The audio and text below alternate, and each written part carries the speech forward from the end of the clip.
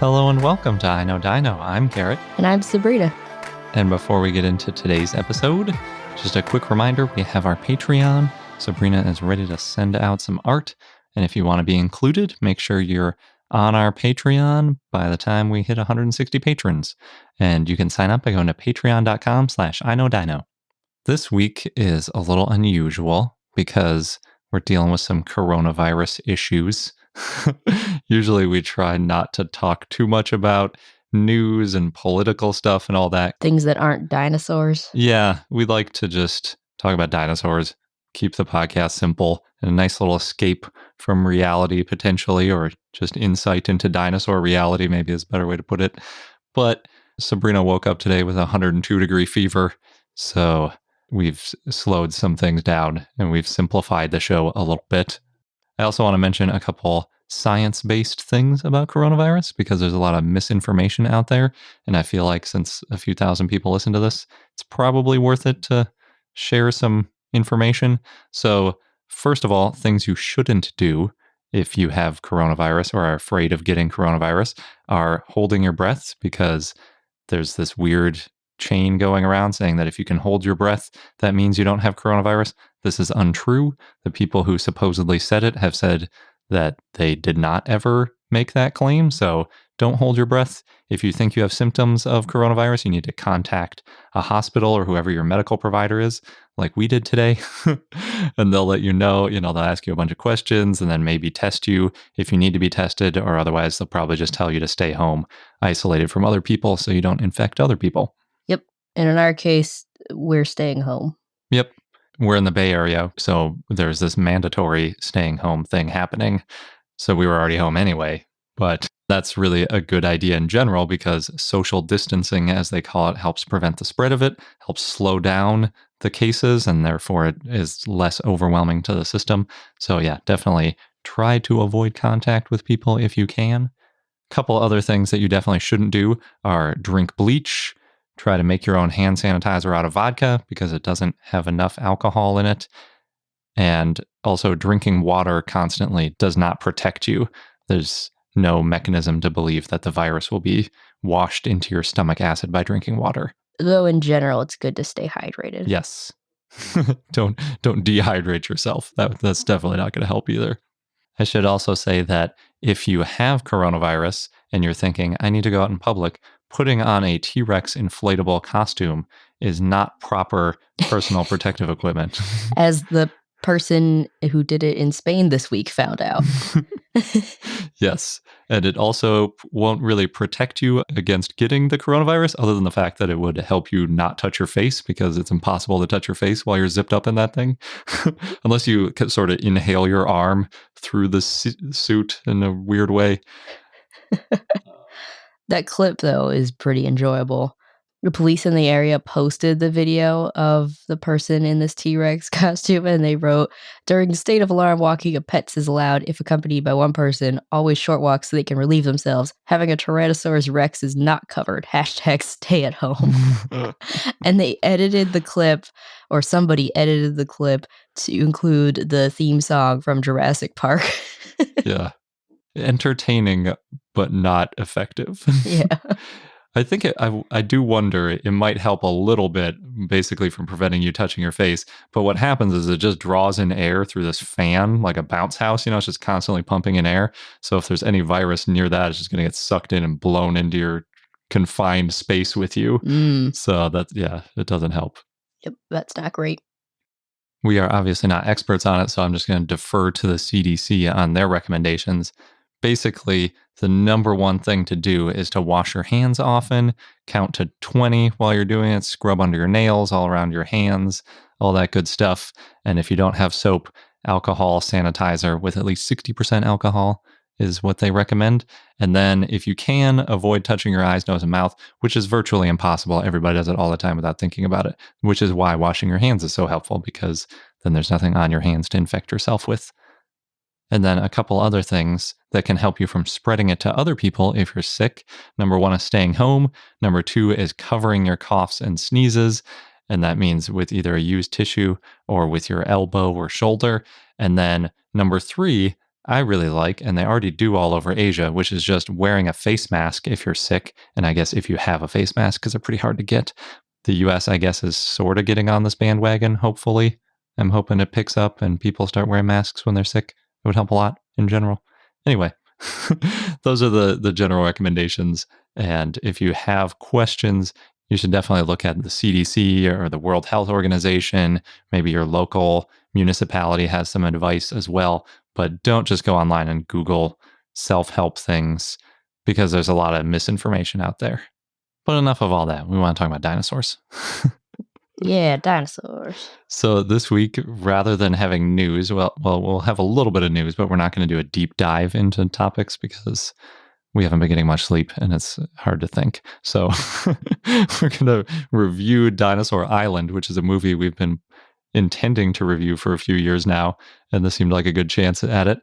And we have a dinosaur of the day because we can never go an episode without having a dinosaur of the day. And this week, the dinosaur of the day is Telmatosaurus.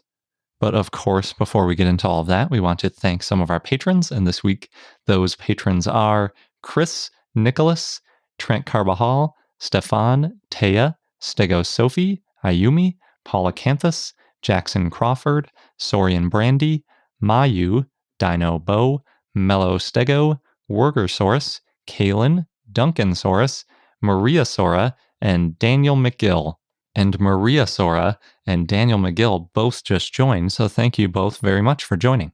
Yeah, thank you so much to everybody. We really appreciate all of your support, and we really enjoy doing this podcast, and we can do it because of you guys. Yeah, and because we can do it from home. Yeah, that too. If you want to join our growing community on Patreon, then check out our page at patreon.com/iknowdino.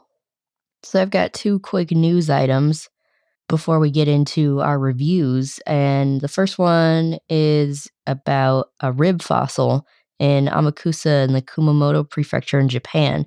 It's about 100 million years old. It's been found. It's thought to be from the second largest dinosaur that lived in what is now Japan. So you might guess it's a sauropod. Yay. This rib fossil is about 16.5 inches or 42 centimeters long. And scientists think that the dinosaur was about 49 feet or 15 meters long. That's it? Well. And that's the second largest? Still pretty big. I guess. They originally found the fossil in 1999 during an excavation by Goshora Cretaceous Museum, and at first they thought it was part of the upper arm of an ornithopod. And then in 2013, the museum and Fukui Prefectural Dinosaur Museum, so Goshora Cretaceous Museum and Fukui, found that it was actually the right rib of a sauropod. And so from now until May 10th, both museums will display their findings, and you can see the fossil and reconstructed bone at the Goshora Cretaceous Museum, and you can see a replica of the fossil and reconstructed bone at Fukui Prefectural Dinosaur Museum. Yeah, it's one of my favorite dinosaur museums. Mm-hmm.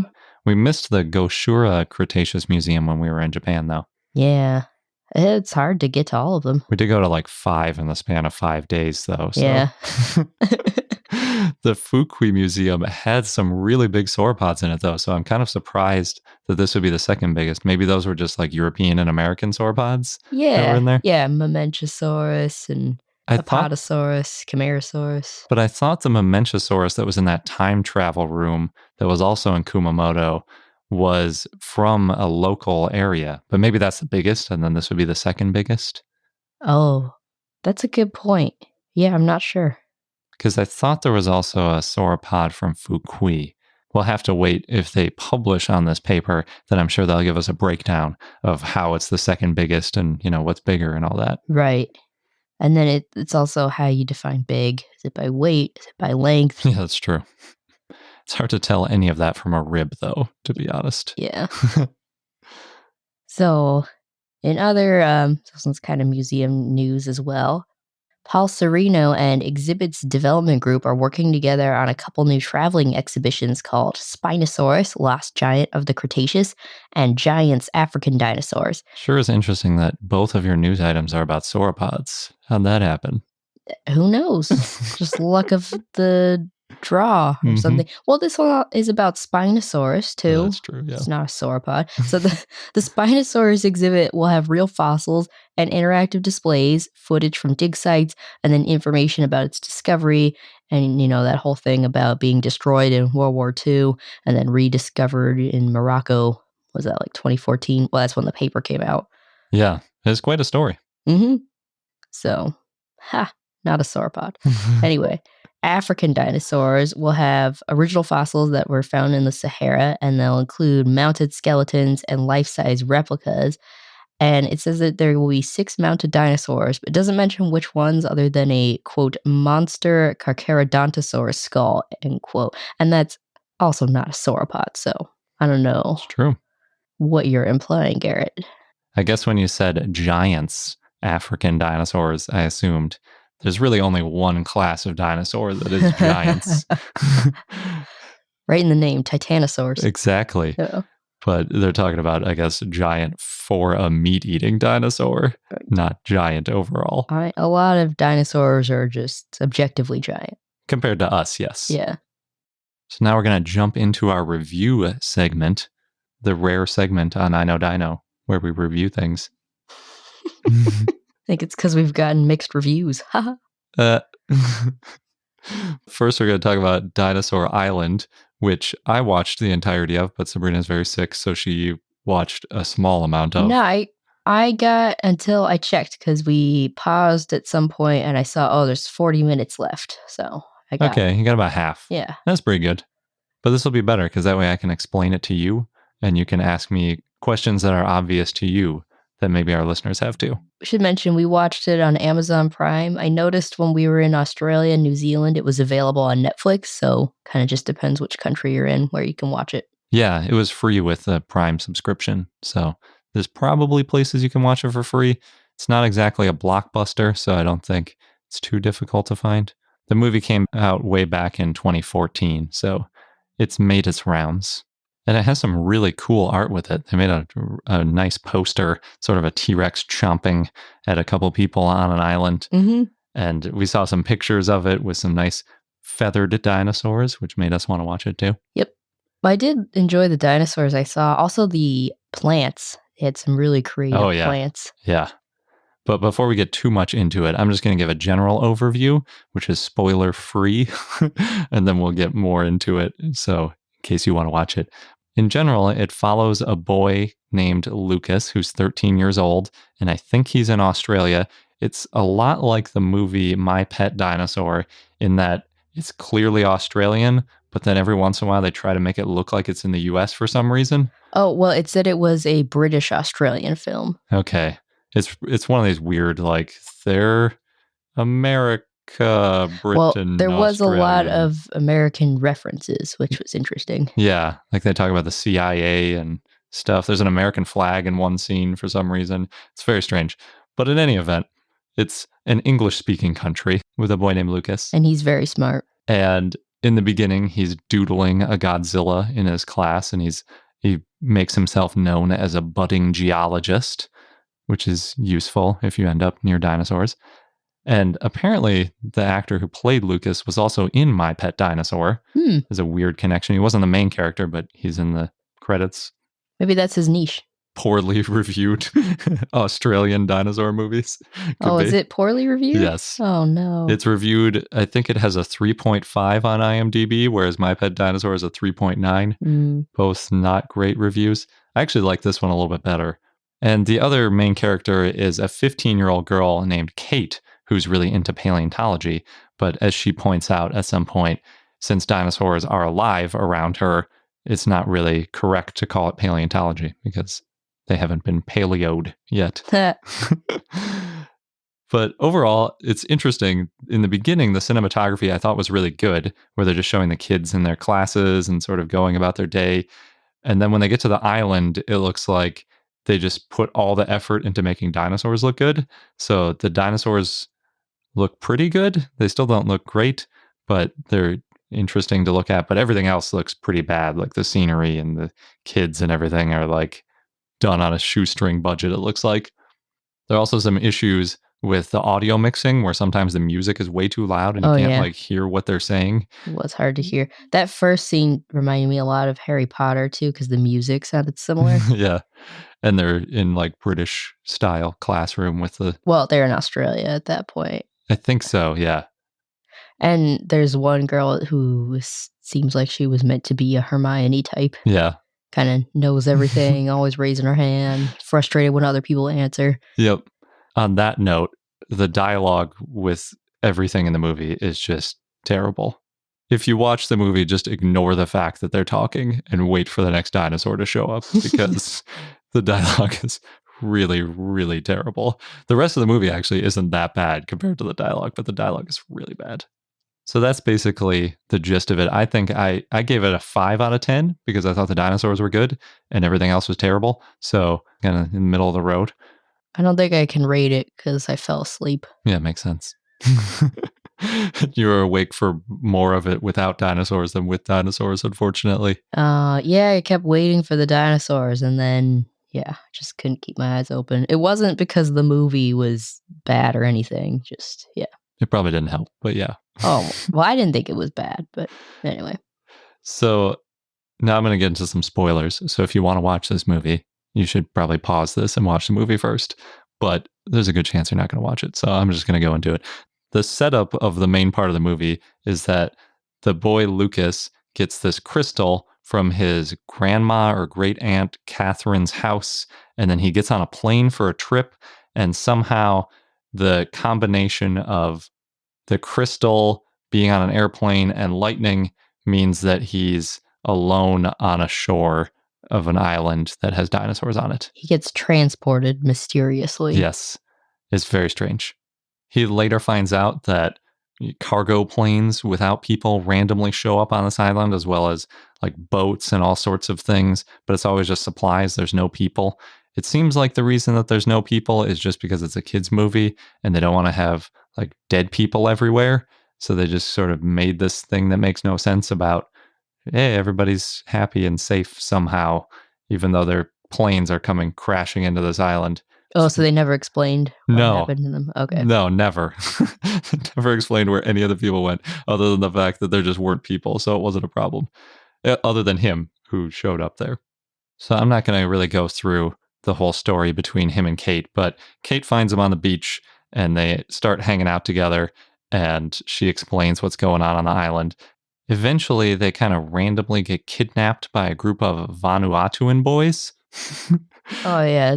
None of this made sense to me. It didn't. That's why I'm not even going to go into it. But this is kind of important for the dinosaur part of the plot. But I think that they were speaking complete gibberish. They did that thing where it's like the native people that don't speak any real language thing that's really cringeworthy. But they might have been speaking Bismillah, which is a language that's really close to English. It's like a Creole language. But I don't think that's actually what they were speaking because it sounded too different. And on IMDb, there were people saying that they were encouraged to speak like pidgin English, which might be Bismillah, but I don't think it is. I think it'd be cool though. I don't know why they didn't just have them figure out that they were in Vanuatu and have this whole thing where like some of the people who lived on that island were transported to this time or whatever. But instead they just made it vague and weird and less interesting. I always think it's more fun when you include like a little bit of reality in it.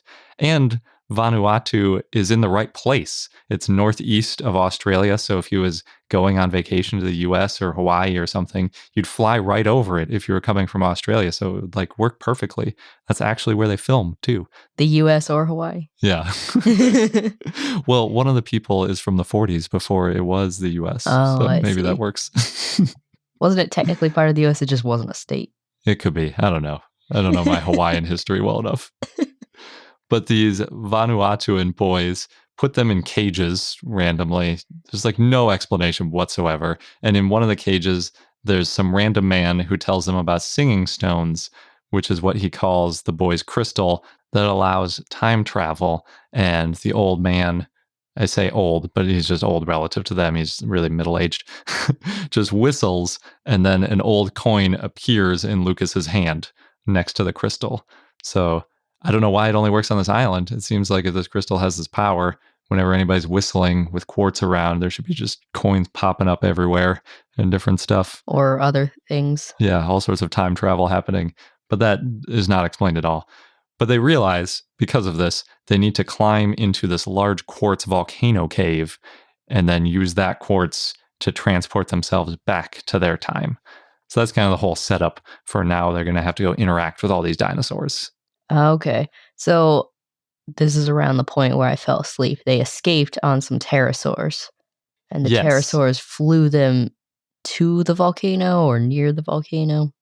Yes. Okay. So they broke open this cage after all they had to do to get out of their cage was climb out of the top because there's no top on it. Then they open this other cage that has a whole bunch of like Asdarkid type, like Quetzalcoatlus type huge pterosaurs in it. And then they hop on a baby one, which is all fluffy with protofeathers, Yeah. which I thought was kind of cool, and fly off into the distance. Well, I really liked how they showed them running first. Yeah, they're kind flying of up. galloping using Yeah. their wings. It was cool. That was one of the elements that was really nice.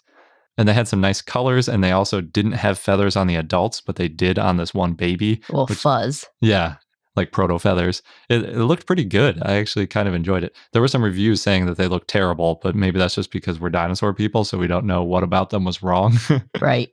But I thought they looked kind of cool, and I liked that they showed them sort of leaping using their hands/wings rather than just taking off like a bird. Mm-hmm. It was kind of funny. One of the only good pieces of dialogue in the whole movie is Lucas saying he picked the one that had the fuzz on it because he thought feathered things could fly, whereas the other ones couldn't. But getting into the dinosaurs that they encounter, because that's the real name of the game here, a lot of the things are sort of cassowary colored, I would say. Bright blues and reds seem to be the dominant colors on this island. So there's these cassowary colored theropods that are vaguely Jurassic Park raptor-like, but they don't seem to have any sickle claw. They show a lot of close-ups of their feet, and they just look like a smaller T-Rex foot, basically, with like 3 toes on the ground.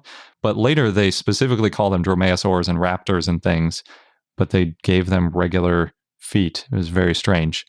I'm not sure why they don't give it a sickle claw, because they do have another dromaeosaur, which is a Sinornithosaurus, and they gave it some kind of name because it liked to mimic things like a lyrebird. So it's like a really competent mimic, and it sort of has these Lassie-like moments where it makes noises. And, lets them know when they're in trouble? Yeah, it's like yelping when something's going on, like to wake them up and things like that. Oh, that's funny. I liked it in the beginning when they introduced it. There's this one short scene where Kate and Lucas are looking at something, I don't remember what, and the Sinornithosaur is playing with these like fireflies or things that are like fireflies, and they're all coming around. It squishes one, and then a bunch of them start to encircle it, and it gets a little afraid and then just jumps into a bowl of water. Yeah, they made it incredibly intelligent. At one point, it looked like Kate was sort of communicating with it, like they were talking back and forth, which was very Lassie weird. But I don't know, that only happened one time, kind of randomly. But they did do a pretty good job with that when they showed it climbing a tree and then sort of gliding over to them, because it's in the Microraptor group. So maybe it could do that. I don't know. It doesn't have that much of feathers compared to some of the other ones, but gliding maybe is in the realm of possibilities. But for some reason, that sickle claw did not make it onto the quote-unquote raptors/dromaeosaurs. But they did give the dromaeosaurs some interesting behavior. In the beginning, Kate explains to Lucas that they're coming after him because he's wearing a blue shirt, and they want their blue shirt for a mating display. Like they're collecting blue stuff for a nest like some modern birds do. Oh, I like that. Yeah, I thought that was pretty cool. And then later, though, it gets a little ridiculous because the dromaeosaur has the Sinornithosaur in its mouth, which it's not dead. It's just like holding in its mouth for some reason. And Kate tricks it into dropping its food and then jumping off a cliff by sort of holding a blue book out like a matador and like getting it to run after it, which seems just a little extreme, especially considering the Sinornithosaur was way more blue than the book that she was holding. It's like, what is even happening? This is crazy. Or it was just greedy. Yeah, maybe. But it kind of threw the thing in its mouth over to the side. It's like, I'm done with this. I need that, not that blue book that this woman is dangling way over a cliff. It was a better shape, maybe. I don't know. I suppose they do have weird selection criteria sometimes. Some of the other dinosaurs that have cameos are, there's a hadrosaur, although I think you only hear it. I don't think you ever actually see it. You see a herd of hadrosaurs. I thought those were iguanodon. Oh, you're right. They're iguanodon. Never mind. Yes, but with the hadrosaurs, they hear it and Lucas thinks it's a cow. Yeah. Because they did make it have a cow sound. Cows of the Cretaceous. Yeah, I thought that was pretty funny. With the iguanodon herd, they encounter a quote-unquote 10-day-old, which looks like it's about 10 feet long. Yeah. I don't know why they said it was 10 days old. Like any animal would ever be that big, unless it was an elephant. But they come out of little tiny eggs. There's no way it's 10 days old. Maybe on that island. Some special food. It time traveled back and yeah. But the real star is definitely the T-Rex, as always. It's also colored red and blue. It's sort of mostly blue, and then it's got a lot of red in its face and like around its eyes, and it kind of has red eyes too. I thought it looked really cool and when it's covered in feathers like that. But almost everyone who reviewed it said it looked terrible and they hated it. So I don't know if it's just bias against feathered tyrannosaurs or if it's that it was too brightly colored or what it is about it. But it's not that different than a lot of paleo art that is considered pretty accurate. So I don't know. I thought it was pretty cool. I enjoyed seeing the feathered T-Rex. Well, this movie came out in 2014. I don't remember when we started talking more about feathered T-Rex. I think at that time, most people considered it feathered because that would have been after we found Eutyrannus, which is the ancestor that had feathers, but before some of these papers where they were showing skin impressions from around T-Rex without feather impressions. Maybe that's one of those, not my T-Rex kind Yeah, it might be. But it also, some of the animation, people talked about how it looked like they were moving without weight, which is a common complaint of CGI, which isn't that well done. And I think that was generally true with the T-Rex. Plus, it did do a lot of just standing there and roaring at things. Oh, yeah. Rather than actually trying to hunt something. That happens in a lot of movies. It does. But it made the T-Rex go from scary to just sort of like, it would stand there roaring and then they could easily run away from it because it was so far away from them by the time it started chasing. But could it see them when they weren't moving? So it was kind of funny. The kid actually said, don't move. It can't see us. And then Kate is like, where'd you get that idea? It definitely is looking right at us. But at that point, it's just staring at them and they're staring back at it. And then they run away and then it just continues to stand there and then starts roaring and chasing them. It's like, well, which is it? Can it see them? Because if it can, why is it trying? It was debating whether it was worth going after. Maybe. It could be. I mean, it had been chasing them before that, I thought, too, though. So it's pretty weird. They did show it kind of sniffing, too, like it was hunting with its smell, which was kind of neat. And then eventually they kind of get away from the T-Rex by climbing onto a boat, which is teleport/time traveled there. And their lyre bird, Sinornithosaur, makes this big roaring T-Rex noise that it can't see, so it thinks there's another T-Rex and runs away, which is kind of fun. And of course, the T-Rex makes noises almost identical to Jurassic Park because that's how T-Rex sound now, according to everybody.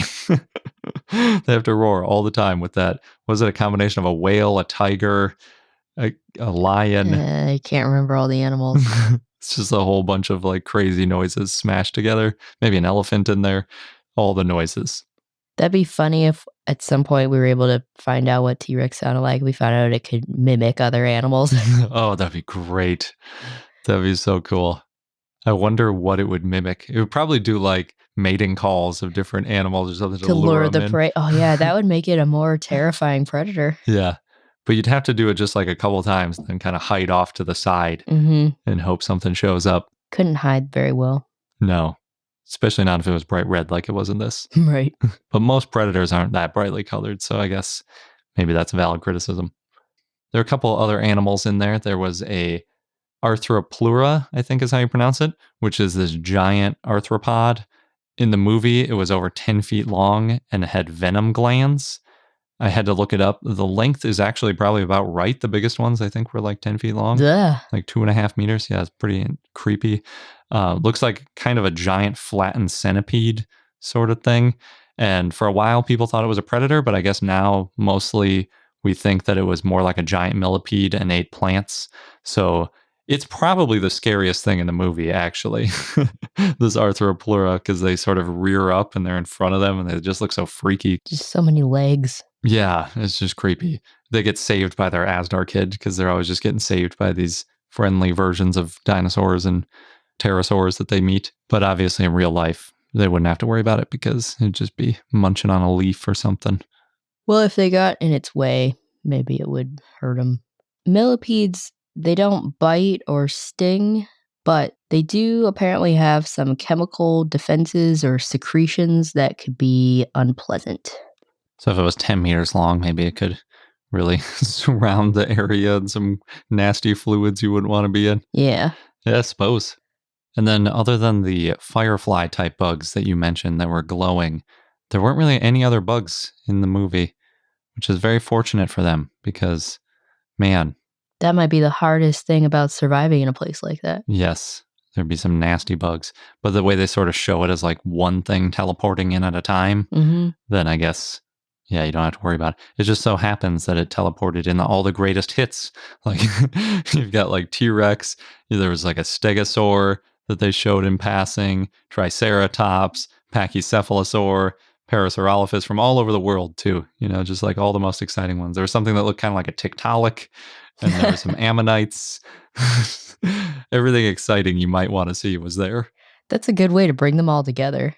Yeah, highly unlikely, but I guess. Well, what's the likelihood of being teleported back in time? With a crystal? Yeah. Very low. That's kind of what I mean.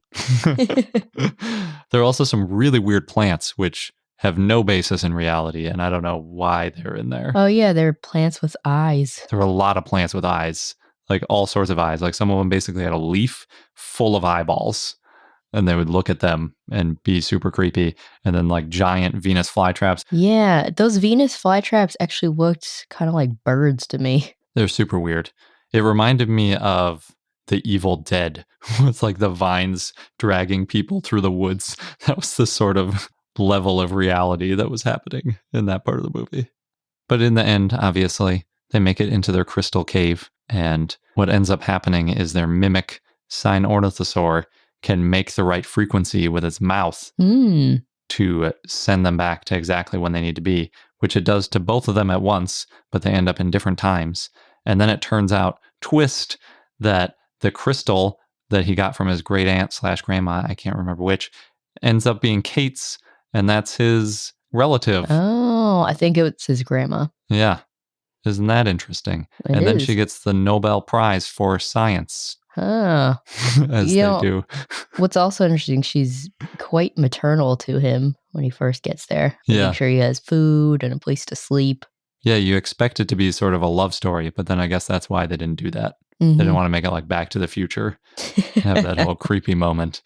But it's kind of cool. I'd say if you want to see a version of a fluffy T-Rex, it's probably worth checking out. And the Sinornithosaurus is kind of cool too.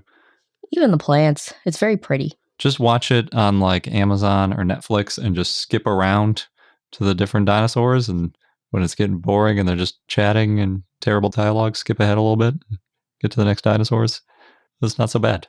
Could be a good thing to do while you're social distancing. And another good thing to do might be checking out the comic called Darbi the T-Rex, which is incredibly graphic. While Dinosaur Island is clearly geared towards kids, this Darbi the T-Rex comic is very much geared towards adults and is incredibly violent and graphic. Yeah. There's a parental advisory. Yeah. It says the misadventures of a bloodthirsty baby T-Rex. Yeah, it's a pretty good tagline, isn't it? It is. It's pretty enjoyable though. I've gotten through like 4 of them. I don't know how many there are. There's a ton of them uploaded onto this Webtoons website. We'll have a link to that. So yeah, if you want to get in there and see some crazy dinosaur gore and stuff, it's pretty enjoyable. They cover a lot of different dinosaurs and interactions and stuff, and it's free. So I think it's worth checking out.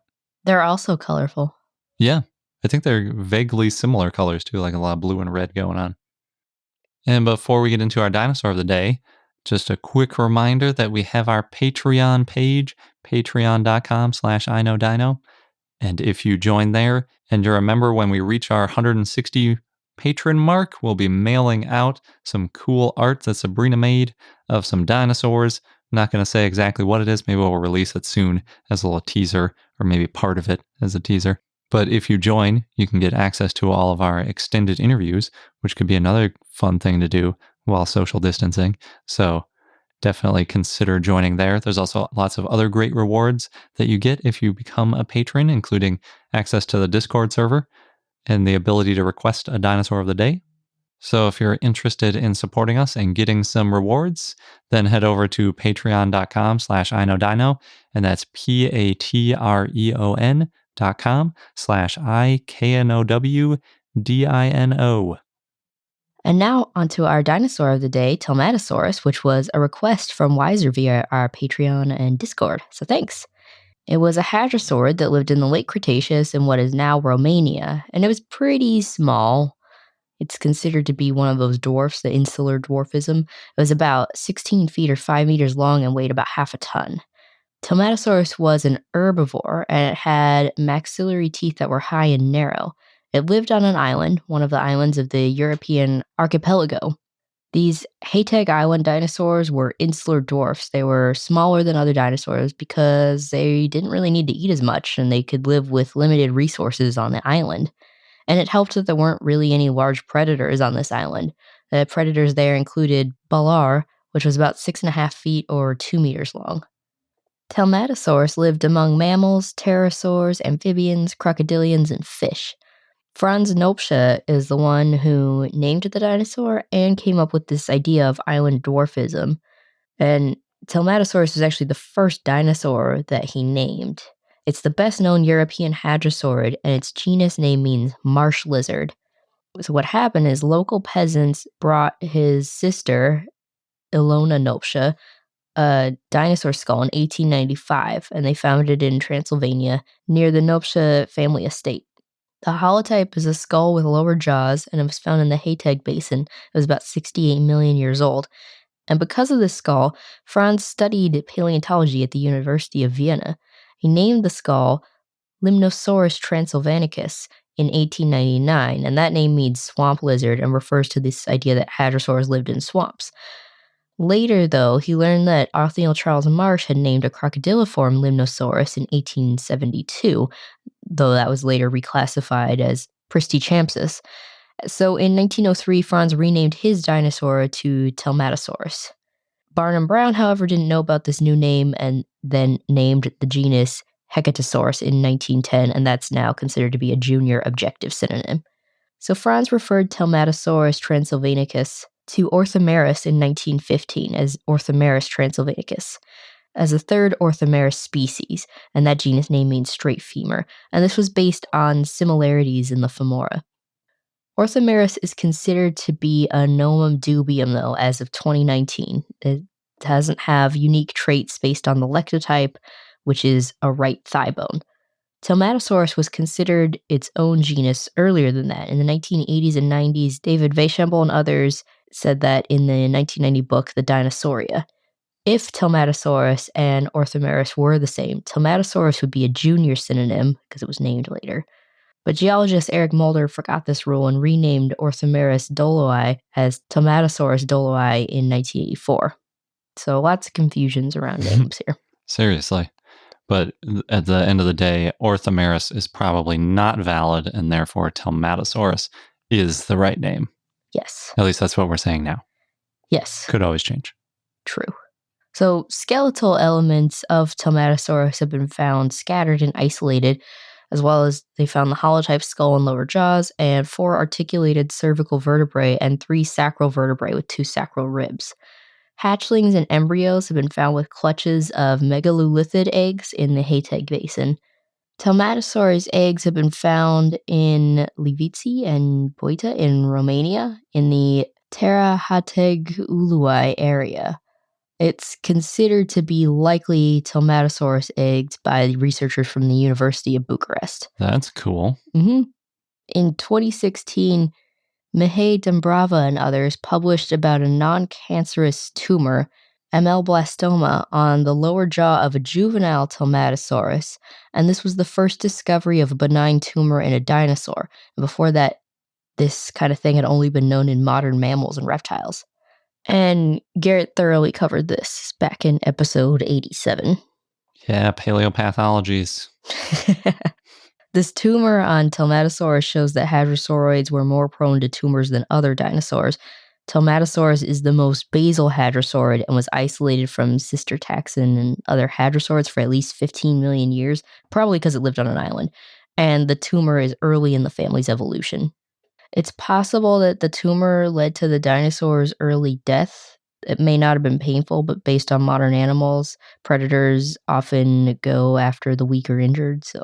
Yeah, it could be hard to chew, too, if it's an injury on its jaw. Oh, true. It's hard to say, though, since only the 2 lower jaws were found. But if you'd like to see Telmatosaurus, the fossils are now at the Natural History Museum in London. Not sure if they're on display, though. Oh, good point. But they're there. Depending on your credentials, you might be able to see them, for sure. And our fun fact of the day is that Alberta has almost 10 times as many dinosaur discoveries on the Paleobio database as all the other territories and provinces in Canada combined. That doesn't surprise me. I thought there'd be more in Saskatchewan and British Columbia, that it wouldn't be so lopsided. We've talked to a few paleontologists who excavate there, and they're saying that it's kind of up-and-coming places for paleontology. Mm-hmm. So maybe in the future, in a few years, it'll be less lopsided, but for now, I'm not surprised. Yeah. So in case you're wondering, especially for comparison to the other week when we talked about in the US, Alberta has almost 1,300 finds, has 1,296, which is more than any state in the US too. It's also way bigger though, so that's kind of an unfair advantage. The long distant second is British Columbia with 63, and a large number of those are footprints. Wow, yeah, that is very lopsided. Yeah. Then Saskatchewan has 58, Nova Scotia has 29, Yukon has 21, Nunavut has 5, and the Northwest Territories have just 1, which is a Pachyrhinosaurus. And all the other territories have 0. So there's no finds in Ontario or Quebec or New Brunswick, Manitoba, Prince Edward Island, or Newfoundland and Labrador. Interesting. Yeah. So if you're in Canada and you want to be a paleontologist, you pretty much got to be in Alberta. Or maybe that means you don't want to be in Alberta because that's where all the work's already been done, and you want to go out on your own in British Columbia or Saskatchewan, which have the right age rocks, but just not as many people looking there. And that wraps up this episode of I Know Dino. Thanks for listening. Don't forget to subscribe so you don't miss out on any new episodes. Rain or shine, we're churning them out every week. And hopefully we'll release on time next week, but depending on how this goes, how our sicknesses progress, we might be a little late, so cut us some slack. If you want to join our growing community on Patreon and Discord, then check out our page, patreon.com/iknowdino. Thanks again, and until next time.